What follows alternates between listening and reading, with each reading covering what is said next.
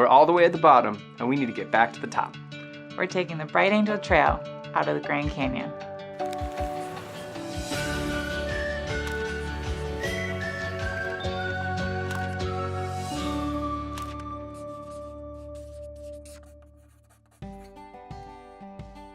Allie and I don't make the same mistake twice. Very often. But after getting a much later start than we should have and baking in the sun on our way into the Grand Canyon, We got up at 5:30 in the morning and began our hike up, crossing the Colorado River and on the trail by 6:30. but even at 6:30 in the morning, the sun was already starting to fill the canyon, making it feel like 90 degrees. The Bright Angel Trail is 9.5 miles, so a longer route than our South Kaibab Trail hike in, but it isn't as steep. And this trail has numerous water stops along the way, which the South Kaibab didn't. Plus, we had a lot more company this time around, as everyone was out early in an attempt to beat the heat. The trail starts by gradually inclining along the base of the canyon.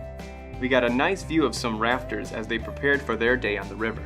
This trail also had water flowing along the side of it, so we found ourselves hiking through more lush greens and even having to pass through a couple creeks.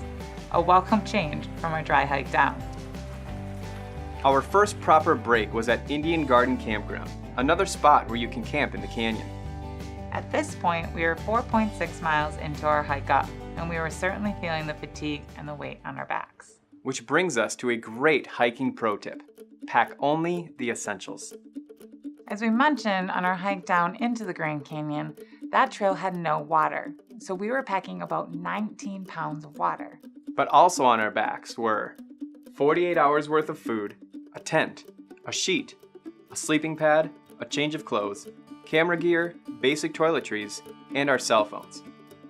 Honestly, we overpacked. It's all about absolute necessity when you're trying to pack light, especially when you're going on like an hour or a day-long hike. Every ounce counts. Absolutely. For example, I had one backpacker explain it to me like this. When you're hiking, how much of your toothbrush do you really use? If you don't need the whole thing,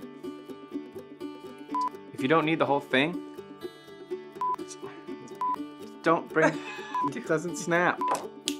Oh! If you don't use the whole handle, then don't bring the whole handle. So once you have your necessities boiled down, look for ways to make that lighter. If we had to do it again, I'd definitely invest in an ultralight tent, as ours was too heavy for this journey. And I probably would not have brought the amount of camera gear that I did. It's all about learning what you can live without. And when you're carrying everything you need on your back, you find out quickly that you can live without a lot. Before leaving Indian Gardens, we dunked our shirts and hats in the creek to cool ourselves off. And we continued to push on, and as we did, the trail continued to get steeper. We eventually reached the 3 miles left water station, which was packed with hikers resting up before the final push. The final 3 miles of the Bright Angel Trail was some of the hardest hiking either of us had ever done. Long switchbacks and gradually inclining steps. Including one more rest stop at the 1.5 mile left point. It took us 2 full hours to complete the final 3 miles. This is a good time to bring up another great hiking pro tip. Train. Now, it's probably gonna sound like a no-brainer, but if you're gonna hike 15 miles with an 8,000 feet elevation change over the course of 48 hours, not to mention when it's 100 degrees out, you need to train. Absolutely. Now, Allie and I are both firm believers that anyone can do the kind of hiking that we did, but you have to put in the time to train. Start with just a half-mile walk. The next day, add another half mile. The next day, add a hill. Continue increasing the distance and the elevation. Find ways to challenge yourself.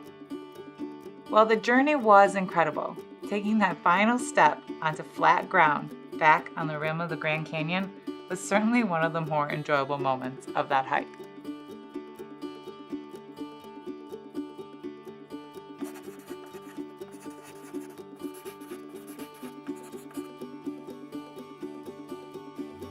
Thanks for joining us on our hike out of the Grand Canyon. To put yourself into our shoes, make sure to check out the 360 video of the Bright Angel Trail. And be sure to join us for our next episode when we say goodbye to the Grand Canyon in the best way. But until then, make sure that you get out there and explore. By taking the scenic route.